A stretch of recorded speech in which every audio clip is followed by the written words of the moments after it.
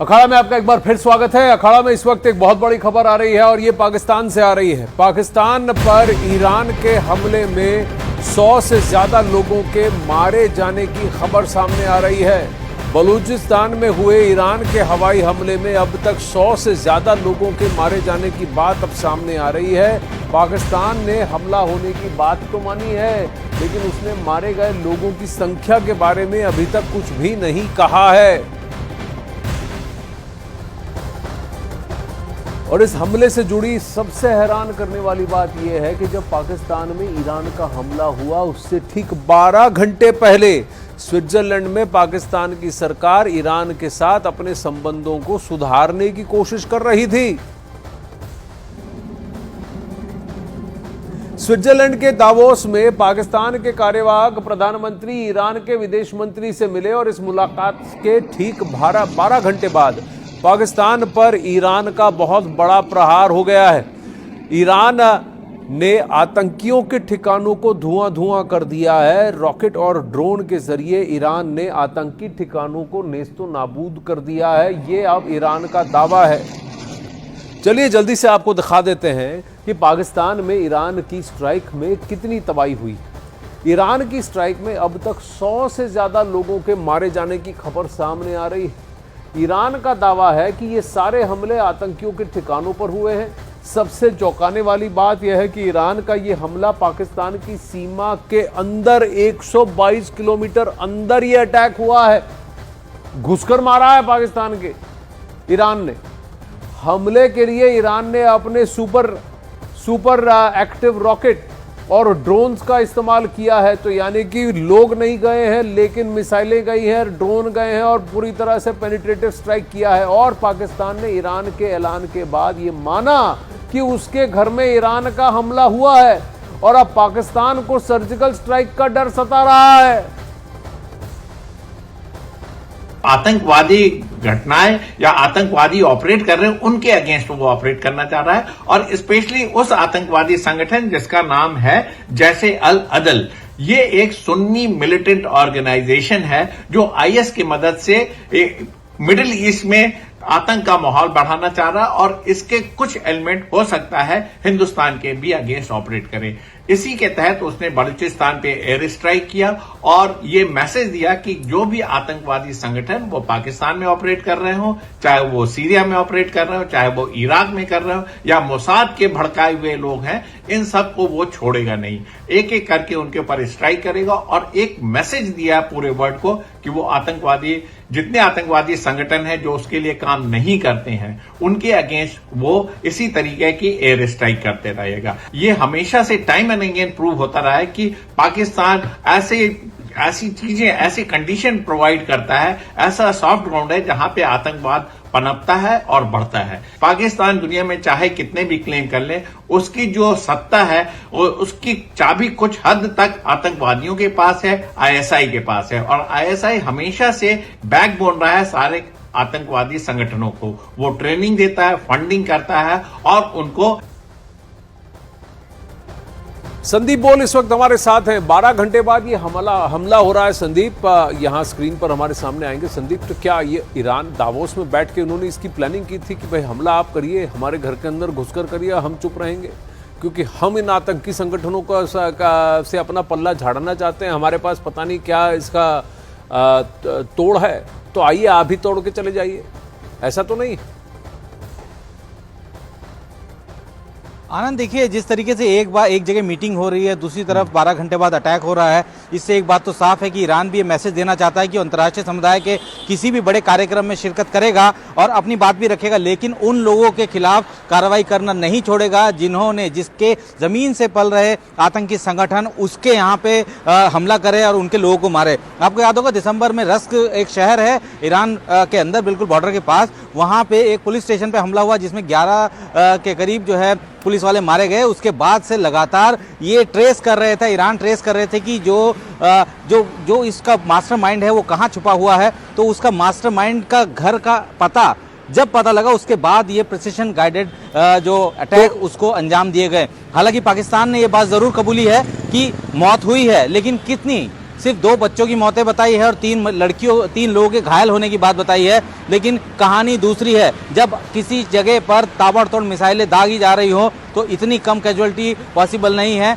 लिहाजा पाकिस्तान ने जो डाटा दिया है वो पूछ रहा हूं, 2-4 पते तो हमारे पास भी हैं जिन्होंने भारत के अंदर बहुत नुकसान किया है, मासूमों को मारा है। तो रईसा हम भी कर लेते हैं, बहती गंगा में हाथ धो लेते हैं।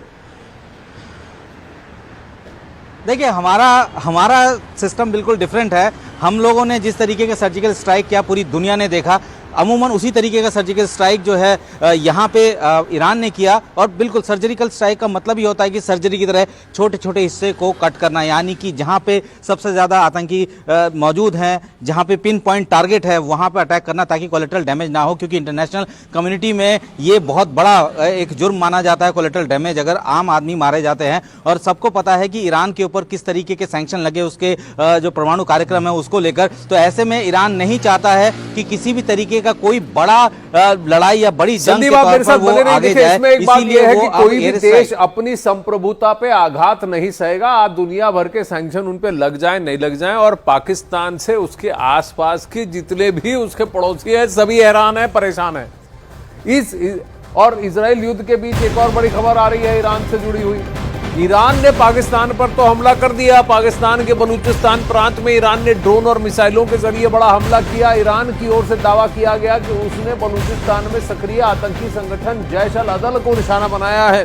पाकिस्तान पर अटैक के बाद इस हमले की जानकारी खुद ईरान की ओर से पूरी दुनिया को दी गई है कि हाँ, हमने घुस के मारा है, हमको जो हमारे यहां थ्रेट लगा हमने उसको मार दिया।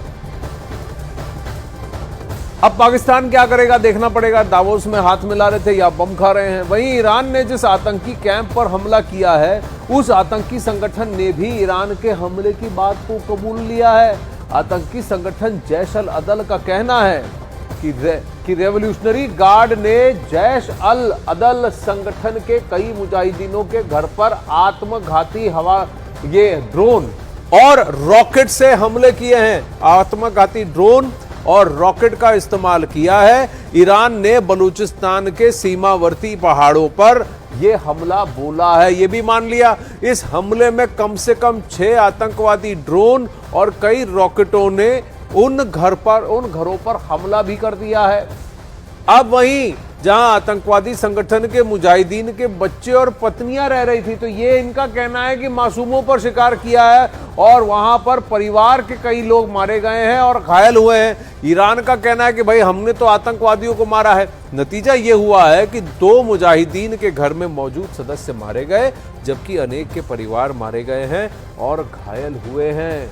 तो ईरान जैश अल अदल पर कहे तो देखिए यही रिस्पॉन्स आ रहा है। वहीं इजराइल ने जो हमास पे किया तभी ऐसी ही बातें कही जा रही थी, और पाकिस्तान को उसकी भाषा में पूरी दुनिया सबक सिखाती आई है, चाहे वो भारत हो, अमेरिका हो या फिर अब ईरान। आतंकियों का पनाहगार बने पाकिस्तान में सबसे पहले अमेरिका ने घुसकर ऑपरेशन चलाया था।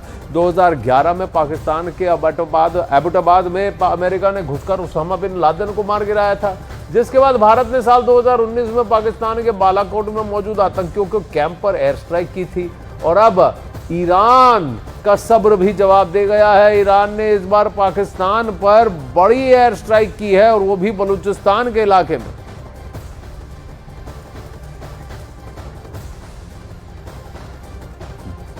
तो देखिए ईरान का भी के सब्र का भी बांध टूट गया है, और वो भी इसी इलाके में, बलूचिस्तान के इलाके में, जहां पहले से भी ईरान जो है सक्रिय रह चुका है। तो इस पर भी उसने हमला किया। चलिए 3 तस्वीरों को आपको दिखाते हैं। इजराइल युद्ध के बीच ईरान बेहद एक्टिव हो गया है। एक दिन पहले ईरान ने ऐलान किया था कि उसके इराक में मौजूद इजराइल की खुफिया एजेंसी मोसाद के हेडक्वार्टर्स पर हमले को अंजाम दिया।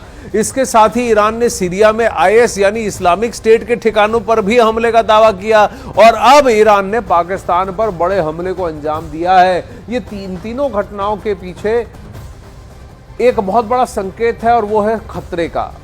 क्या ईरान अब हरकत में आ रहा है?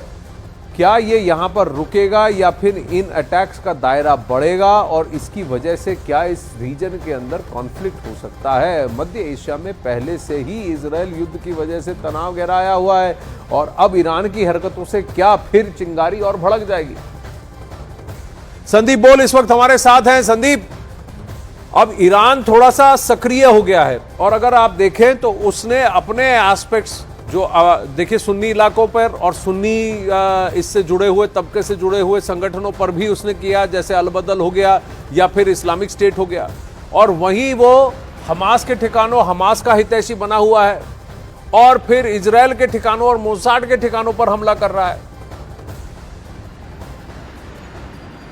देखिए आनंद, अगर इसको ब्रॉड पर्सपेक्टिव में देखा जाए तो ये जो हमले हुए हैं, चाहे वो सीरिया में हो या फिर यहाँ हुए हो, तो ये इसके पीछे कनेक्ट ये है कि आपको याद होगा कि कासिम सुलेमानी के असैसिनेशन के बाद जब वहाँ पे उनकी बरसी मनाई जा रही थी तो एक बहुत बड़ा अटैक होता है और उसमें 100 से ज़्यादा लोग मारे जाते हैं और ISIS जो है उसकी जिम्मेदारी लेता है। तो ईरान ISIS को जाकर सीरिया में जो है उसको हिट करता है। उसी तरीके से अगर हम लोग बात करें कि अब का जो अटैक हुआ है उसके पीछे भी यही रीज़न है कि यहाँ से जो आतंकी संगठन है उसने जाकर सीधा रस्क शहर के उस पुलिस स्टेशन को अटैक किया। उसके ये एक तरीके से साफ नज़र आ रहा है, ये ईरान मैसेज देना चाहता है कि ये जो वॉर है या ये जो सर्जिकल स्ट्राइक्स है ये किसी स्टेट के अगेंस्ट नहीं है, ये वहाँ की आतंकी संगठनों के अगेंस्ट है। और जाहिर सी बात है कि दुनिया हमेशा से ही जो जीरो टॉलरेंस ऑफ जो टेररिज्म को लेकर बात करती आई है, वो भी चाहता है कि जब हम भुक्तभोगी हैं तो उसका जवाब हम इसी तरीके से देंगे। लेकिन सबसे बड़ी बात यह है आनंद कि अब ये जो पाकिस्तान में हुआ है इसका भी फायदा पाकिस्तान उठा सकता है। मौका परस्त है, वो पाकिस्तान अमेरिका के पास जाके रोएगा और अपने लिए मदद मांगेगा। जी।